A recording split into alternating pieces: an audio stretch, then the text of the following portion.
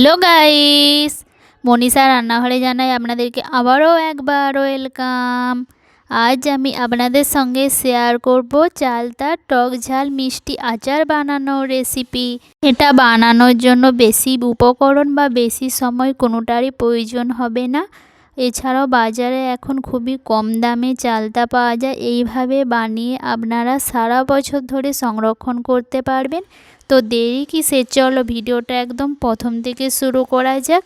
তার জন্য এখানে আমি চালতাগুলোকে সবার প্রথমে ছাড়িয়ে নেব। অনেকেই মনে করে যে চালতা কাটা কিন্তু খুবই একটা কঠিন কাজ। আমি আজ আপনাদেরকে একটা নিনজা টেকনিক দেখাবো, যেটার সাহায্যে আপনারা খুব সহজেই চালতার খোসাগুলো ছাড়িয়ে নিতে পারবেন। তার জন্য সবার প্রথমে চালতাটাকে 4 টুকরো করে নিতে হবে। তারপর এইভাবে ছোট ছোট আকারের টুকরো করে নেবেন। তারপর এইভাবে প্রথমে ভেতরের খোসাটা ছাড়িয়ে নেওয়ার পর বাইরের এইভাবে খোসাটা ছাড়িয়ে নেবেন। দেখুন কত সহজেই ছাড়ানো হয়ে গেল।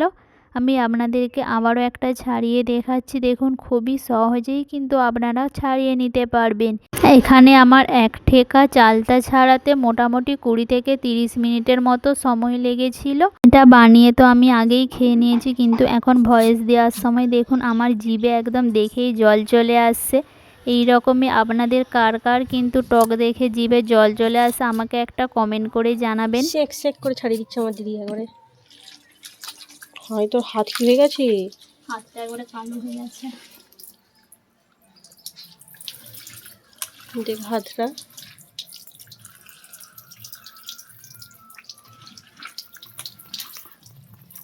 সমস্তগুলো কেটে নেওয়ার পর এখন জল দিয়ে ভালোভাবে ধুয়ে পরিষ্কার করে নিয়েছি। তারপর এগুলোকে একটু থেঁতো করে নেওয়ার জন্য একটা নিয়েছি শিল এবং নোড়া। এভাবে থেঁতো করে নেওয়ার ফলে এর মধ্যে কিন্তু সমস্ত মশলার ফ্লেভার ভালোভাবে ঢুকে যাবে, আর যাতে চালতার আচারের টেস্টটা কিন্তু আরও দ্বিগুণ বেড়ে যাবে। তো গাইস, এগুলো কাটতে কাটতে আমার হাত তো পুরো একদম কালো হয়ে গিয়েছিল, কিন্তু ধুয়ে নেওয়ার পরেই দেখুন একদম পরিষ্কার হয়ে গেছে, একটু কোনো দাগ নেই।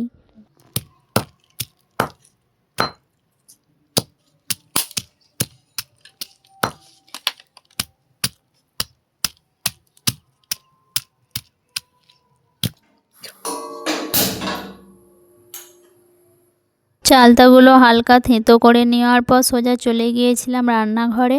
গ্যাসের উপরে একটা দেখুন বড় কড়া বসিয়ে দিয়েছি। তারপর থেঁতো করা চালতাগুলোকে সবার প্রথমে দিয়ে দেব। এখন এই চালতার মধ্যে রান্নাঘরে থাকা হাতের সামনে কিছু মশলা এর মধ্যে অ্যাড করব। যেমন দিয়ে দেব স্বাদ মতো লবণ, 3 থেকে 4টে শুকনো লঙ্কা, 1 চামচ করে মৌরি, জিরে ও 5 ফোড়ন ও 1 চামচ করে হলুদের গুঁড়া ও লঙ্কার গুঁড়া এবং 3 থেকে 4 চামচ সরিষার তেল। ও আমাদের রাঁধুনি ওয়াই ওয়াই সব প্রথমে রান্না ফেলে দিয়েছে।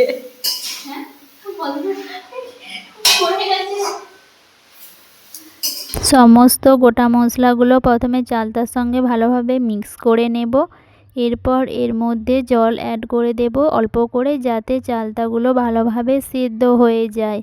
জলটা দেওয়ার পর আবারও একবার সমস্ত কিছু ভালোভাবে মিক্স করে দেব। তারপর এটাকে ঢাকা দিয়ে লো ফ্লেমে 3 থেকে 4 মিনিটের মতো রেখে দেব। 3 থেকে 4 মিনিট পর আমি একটু ঢাকাটা খুলে দেখাচ্ছি। দেখুন চালতার কালারটা কিন্তু এখন চেঞ্জ হয়ে গেছে, আর চালতাটাও কিন্তু একদম পারফেক্টভাবে সেদ্ধ হয়ে গেছে।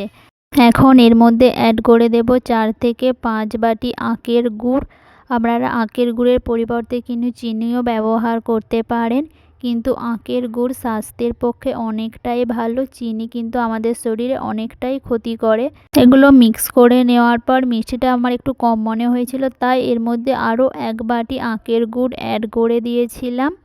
গুড় দিয়ে দেওয়ার পরও আরও 5 মিনিট ধরে গুড়ের সঙ্গে হাই ফ্লেমে এগুলোকে ফুটতে দেব।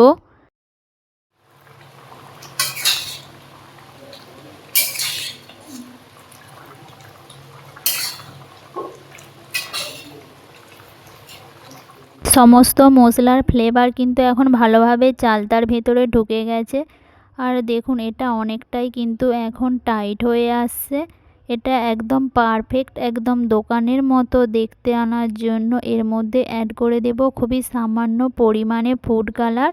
আপনারা চাইলে অ্যাড করতেও পারেন কিংবা স্কিপ করতেও পারেন, আপনাদের যেটা পছন্দ সেটাই করতে পারেন। জাস্ট এটা একটু দোকানের মতো দেখতে আনার জন্যই আমি এখানে অল্প করে ব্যবহার করলাম। আর ফুড কালারটা দেওয়ার পর দেখুন কালারটা কতটা সুন্দর লাগছে দেখতে। ফুড কালারটা ভালোভাবে মিক্স করে নেওয়ার পর আরও 1 মিনিট ধরে ফুটিয়ে নিয়েছিলাম। দেখুন এটার কালারটা এখন একদম পারফেক্ট দোকানের মতো চলে আসছে।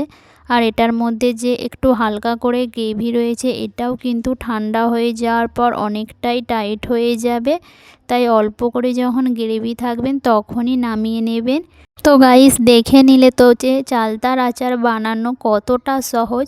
এখন দোকান থেকে বেশি দাম দিয়ে না কিনে বাড়িতেই খুবই অল্প খরচে এইভাবে বানিয়ে আপনারা সারা বছর ধরে সংরক্ষণ করতে পারবেন। তো চলো গাইস রেসিপিটা আজ এইখানেই শেষ করা যাক। আর রেসিপিটা ভালো লাগলে একটা লাইক কমেন্ট করতে ভুলবেন না। দেখা হবে নেক্সট রেসিপি নিয়ে, ততক্ষণে সবাই সুস্থ থাকবেন, ভালো থাকবেন, টাটা, বাই বাই।